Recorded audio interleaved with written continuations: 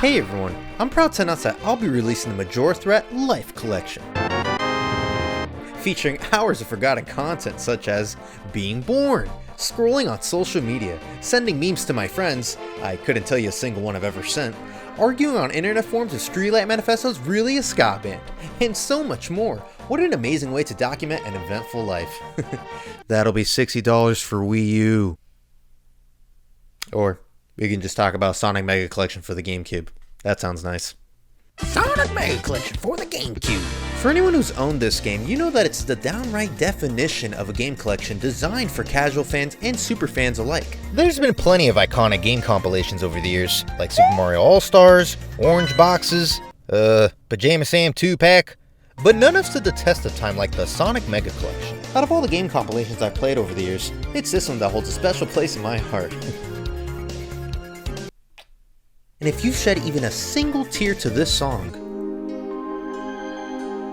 then you may qualify for financial compensation. Contact Phoenix Wright's office for more information. But what makes it the most nostalgia game compilation? What makes this game so special? And why has a simple game collection amassed a cult following over the years? Let's pop this game in and find out. This is Sonic Mega Collection, the most nostalgic game compilation.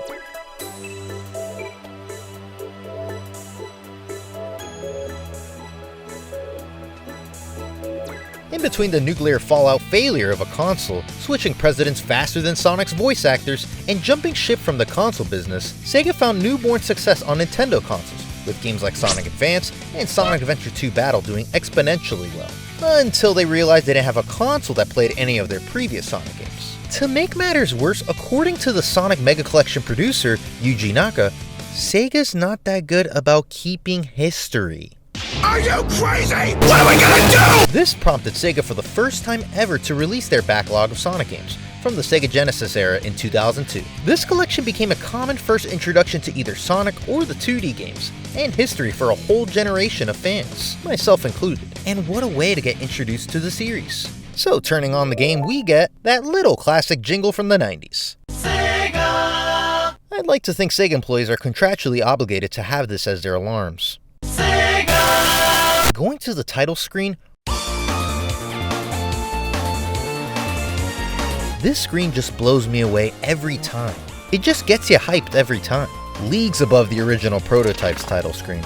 That song that blasts out of your TV is what you hear when you go to heaven. I love the rounded blue checkerboard pattern in the background like we're about to enter a portal to the past. The big colorful logo boldly in your face. The blinking press start on the bottom reminiscent of arcade cabinets. That stock film reel filled with snapshots of Sonic's memories from his past games, all wrapped up in this magical entrance. I'm pretty fun at parties. Once you click start, you enter this space-like void of stars beaming into the distance. It's so beautiful with dreamlike transitions. Hell, this is giving Star Wars a run for their money. That's off. Why didn't you outrun him? I thought you said this thing was fast. Watch your mouth, kid. What's that flashing? Ow! Afterwards, we get into this busy menu, and man, where do we begin? The aesthetic is just oozing with layers that make for a memorable and unique experience. You have all these cogs and film strips moving across the screen, almost like imagining what's happening inside of your game disc. They even got the Sonic Adventure 2 Battle font. Same with the TV screens in the corners, playing old Sonic games with static over them, almost like they're ancient artifacts over the years, all while this upbeat retro futuristic song plays in the background.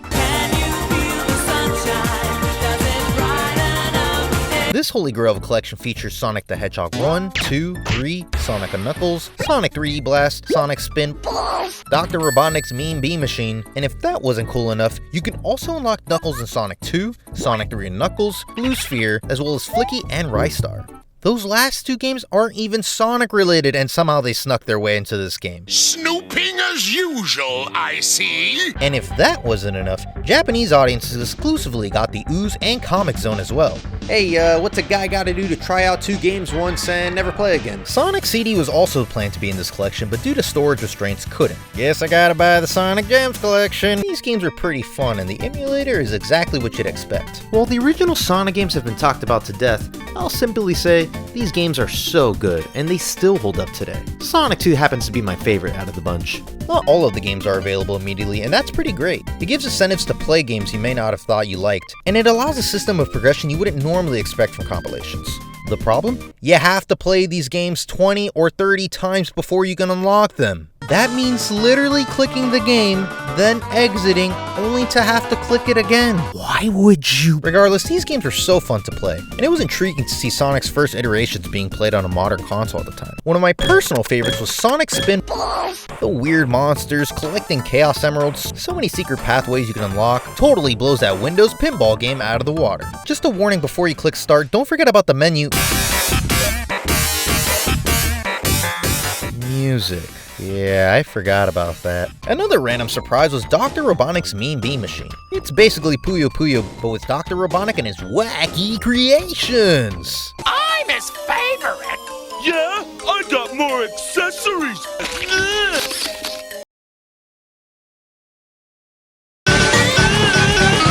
I sucked shit at it though.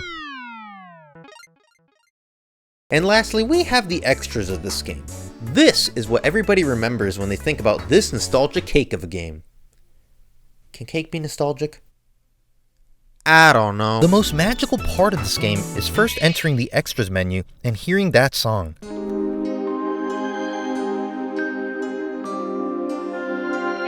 Instant goosebumps as I listen to this track. The music composer that's responsible for this track is Hideaki Kobayashi, who's also created music for games like Sonic Heroes, Sonic Unleashed, and Sonic Colors. Reading the Sonic Comics cover intro, it describes flashing back to the year 1993, as Sonic had reached superstar status, explaining that the game has collected as much Sonic covers as they could get from the series for viewing pleasure. Listening to the melancholic background music and reading about how Sonic was at the height of his popularity in the Genesis days, it almost feels like we're supposed to see this as the golden days of Sonic. Without context, some of these comics look crazy, but they tell a story in and of itself. Sonic and friends fighting Robotnik and silly hijinks ensue. And I'd spend hours going through these covers and all the extras, listening to that beautiful music. Some of these comic covers are really funny too. Like, look at this one with Dr. Robotnik wearing a pin that says, "I love to pollute." Guess that'll weed out the fake friends, huh? Until it transforms into weirder and more out there storylines, like a Sonic multiverse, what looks like Sonic's funeral? This one used to scare the hell out of me as a kid. I don't know why, but anytime I went through this cover, I would get scared. Like Sonic was real, and he was about to come out of my TV.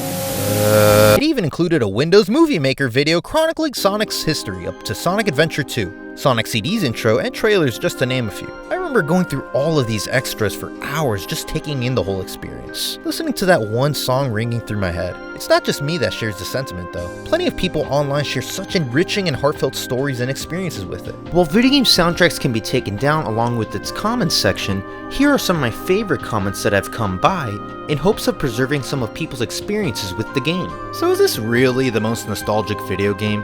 Even if it's just a collection of Sonic games with original music and extras? After all, it's kind of expected to have this kind of stuff when you release a collection of old games on a modern console, right? Well, I think it's a little more complex than that. While Sonic Advance and Sonic Adventure did well, the future of Sonic was questionable at the time, considering Sega lost a console war and an entirely new president was put in. With that in mind, this could have been seen as the one final hurrah to celebrate Sonic when he was at his peak. And yet it's also the best introduction to 2D Sonic, being nostalgic to both 90s kids and 2000s kids. And I honestly don't know any other game compilation that's managed to reach such a feat. Sega just really hit it out of the park with these compilations. And it shows, as it's apparently the best-selling video game compilation of all time. Well, according to the Guinness Book of World Records anyways. With amazing music and visually hypnotizing presentation, Sega would continue to make other great compilations that would preserve more of Sonic games. It even garnered a sequel, Sonic Mega Collection Plus. This compilation would arguably give the best introduction to Sonic to a whole new generation at the time. It was the only compilation to feature Sonic's mainline games after Sega losing the console war. And that's Sonic Mega Collection, the most nostalgic game compilation, and probably one of the best of all time. That is, if we're not counting the Pajama Sam 2-pack. But what did you think of Sonic Mega Collection? Have any memories of it? Drop a comment down below, like and subscribe to instantly die, hit the bell if you want to. And I'll see you later.